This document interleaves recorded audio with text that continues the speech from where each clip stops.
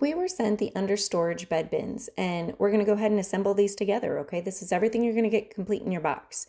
It'll come with all the tools needed, so you don't have to go searching for anything in your garage. Now, I was a little worried when it would be one of those projects that would take a lot longer than it planned, but it really wasn't. The pieces are straightforward, and everything snaps together without needing tools or a lot of guesswork. Once assembled, the bins felt sturdy. They're not flimsy or wobbly at all. These are really well made and way better than what I expected. The wheels are simple to attach and they roll smoothly, which is kind of the whole point when you're storing things under the bed. I don't want to have to fight with wheels as I'm trying to pull something heavy out from underneath.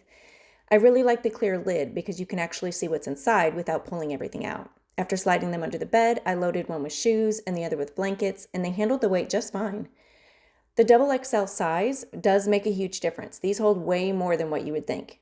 Pulling them out is easy, even when they're full, and they glide instead of scraping the floor, which is another added bonus since I don't have carpet in my master bedroom. Once everything is stored in it, it immediately makes the room feel way less cluttered because you don't have those stacks of clothes or blankets just sitting out to be displayed.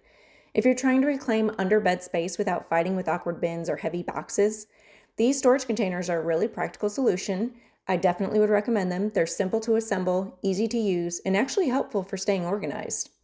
If you're looking for something that is easy, quick setup, no tools needed, wheels roll smoothly, feels sturdy once assembled, and holds a lot without bowing, and has a clear lid to make it easily organized, you're going to definitely want to go ahead and pick some of these up.